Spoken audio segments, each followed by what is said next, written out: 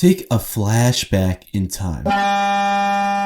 It's 2017 and you're playing Roblox games. I don't know, Jailbreak, Superhero Tycoon, and I don't know, this one. And you notice something about the music in the background. I think it's pretty good. So you find it, and lo and behold, see that the song was posted on a YouTube channel called No Copyright Sounds, with a circle vibrating to the music in front of a still background. Now, back to reality. You decide to return back to the recent videos on the channel and notice something off. The videos don't have as many views as before. Why is that? Why are the views so low compared to before? Well, my friend, in this video I go over the... Before that, you should consider liking, subscribing, and turning on the notification button so you don't miss a video. And here's my first reason.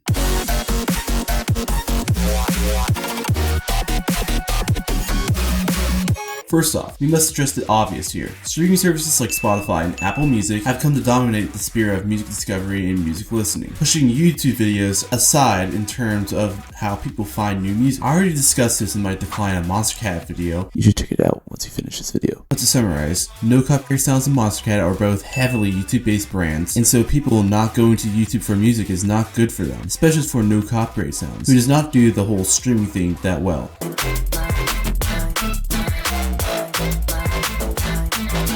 NCS did not release a lot of EPs and LPs back in their golden ages, and still don't do it very often now, but they still do it every couple of months or so now instead of once in a generation like before. And by EPs and LPs or albums, I mean solo artist albums, not compilations. Although I think the lack of compilations recently has been to the detriment of the label. Same with Monster Cat, as I mentioned in the video that I mentioned before. Releasing more of these would get a lot of music out from specific artists in bulk, and could in general make it easy to push out music onto review sites and news sites, since it would be considered a big release for that artist. Now, why doesn't this happen a lot? Well, for one, the main value of releasing on NCS is the already declining YouTube channel, as well as the feature of not having a copyright on the song. This allows people to use it in their YouTube videos, their creations and whatnot. But wait, what is the value of that promotion now?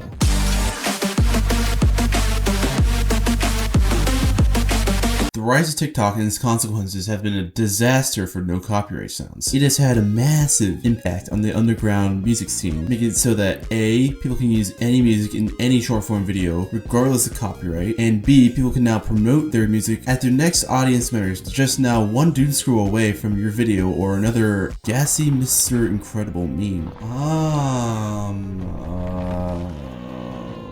So is it necessary to not have a copyright to get promoted in other people's videos anymore? No. And using short form content is, in my opinion, a better way of promoting music instead of it being in the background in some YouTube video, like mine. I mean, hey, at least you don't get a cut of the money for your short form video taken away from you, like any normal record label when you use NCS songs. But that's just a cut now, not the whole video. Besides that, artists forfeit the opportunity to earn money off of royalties when they release on NCS. Feeding into my last point of the lack of EPs and LPs.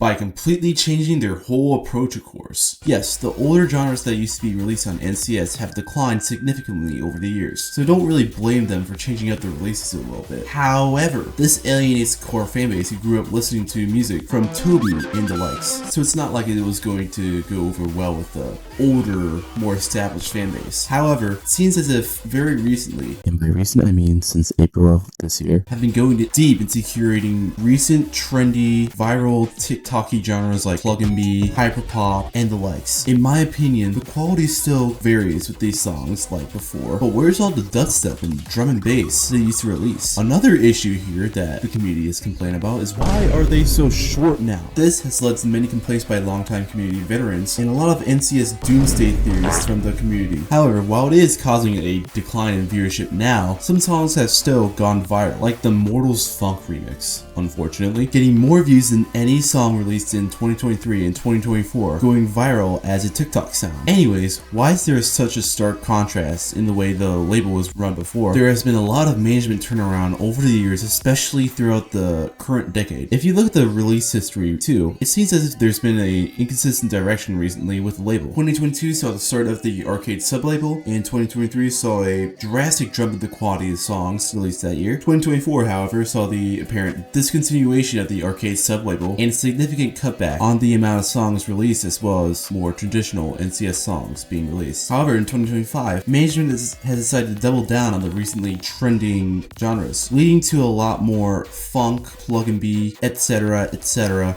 being released on the label. It is known that a lot of staff that have had public relations with the community have since moved on or have moved on quickly from the label. So that is probably why there has been such an inconsistent direction with the label recently.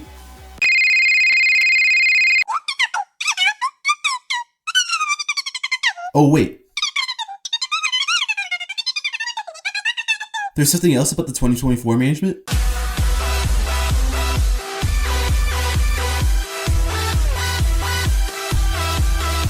While 2024 management was praised for return to form, music-wise, and a deal with Geometry Dash that led to more eyes being put on the label, they also decided to replace almost every background art with AI. And thumbnails too. Now, a lot of people really don't like AI art, especially at the time, as it is not made by humans. So in a genius move, they decided to change the normal thumbnail from the traditional historical NCS style to AI slop. This resulted in the clicks visibly going down as A, they look super corny, and B, it was obvious that it was AI slop. And when clicks go down, the views go down. Which is probably why we barely saw any song with clips over 1 million views from the channel that year, hurting the channel for the long term.